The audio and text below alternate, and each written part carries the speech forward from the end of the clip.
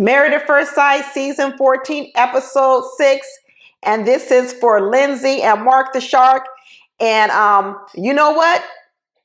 This might be the first episode where I didn't want to snatch my hands to the TV and grab Lindsey and shake her. For one episode, you know what? I kind of understood some of the stuff that she was going through.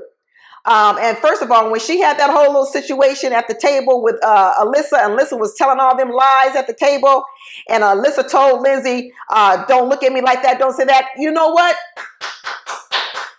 Very good, Lindsey. Very good, because I know with the tongue you got on you, you could have ripped her to pieces. So whatever was being done on the table, whether Mark was squeezing your hand or you were squeezing his, you know what? You learned, girl, and I'm going to give you your kudos in that moment, because you know what? You really could have piped up at her and put her 2 feet down, because I know you can take Alyssa. I know your tongue can take Alyssa down. But Lindsey's a fighter, and I know in this episode we saw all these parts of Lindsey where all of a sudden now she feels like she's going to take care of Mark the Shark.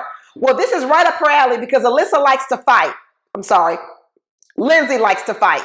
Lindsey likes to fight. So now she got an opponent, which is this landlord. You see, people who like to fight, they don't care who they fight. They just need to be in one. And so what Lindsey latched onto was, oh, look at this landlord trying to take advantage of Mark, trying to treat him poorly. And she rose up for that occasion. She's like, oh, this is what you're going to do. You're going to do this. You're going to get your cat. You're going to do this. Lindsey likes to run things, and that's when she's most happy.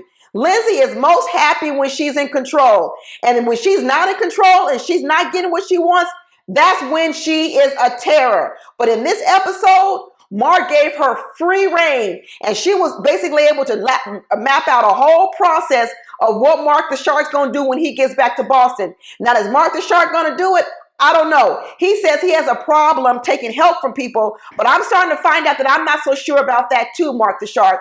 When he told that story very early on that he takes care of his mother, but his mother was in a elderly home care, I kept saying, well, how much work are you doing? I've had relatives in elderly home care, and you know, all I have to do is go visit them. I don't know all the work that Mark the Shark was doing for his mother. If she's in a home care system, then all he has to do is go visit her. So that was the first thing I said, well, I don't know how much work he has to do, because the work is when the parent is at home with you. Once you put them in a home care system, all you really have to do is go over there and visit and talk to the doctors. So second of all, now we found out this landlord, as Lindsey says, is laying some claims on Mark. She's like the mother figure, and all these other types of things. And she's calling him every 5 minutes about these bed bugs. But Lindsey thinks that's just an excuse because she's afraid of losing Mark.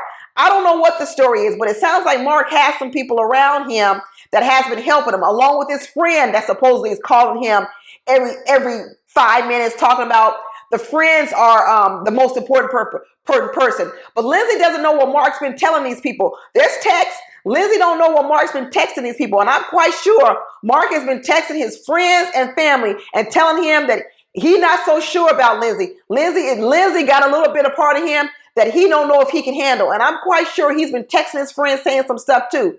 But you know what? Lindsey did better in this episode, because I think she feels like, ooh, there's something for her to do. Somebody else to fight besides Mark and everybody else. So instead of fighting Alyssa, instead of fighting Katina and Olajuwon, and instead of fighting Mark, she decides she's going to fight this landlord over these damn bed bugs. We'll see how things go. This was the first episode where I actually saw them kind of getting along and kind of getting in a little bit of a groove. But I don't think they're going to stay here long, because that's how Lindsey is.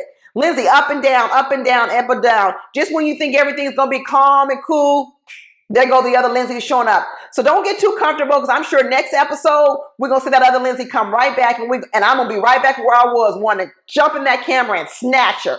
Anyway, that's it. Bye.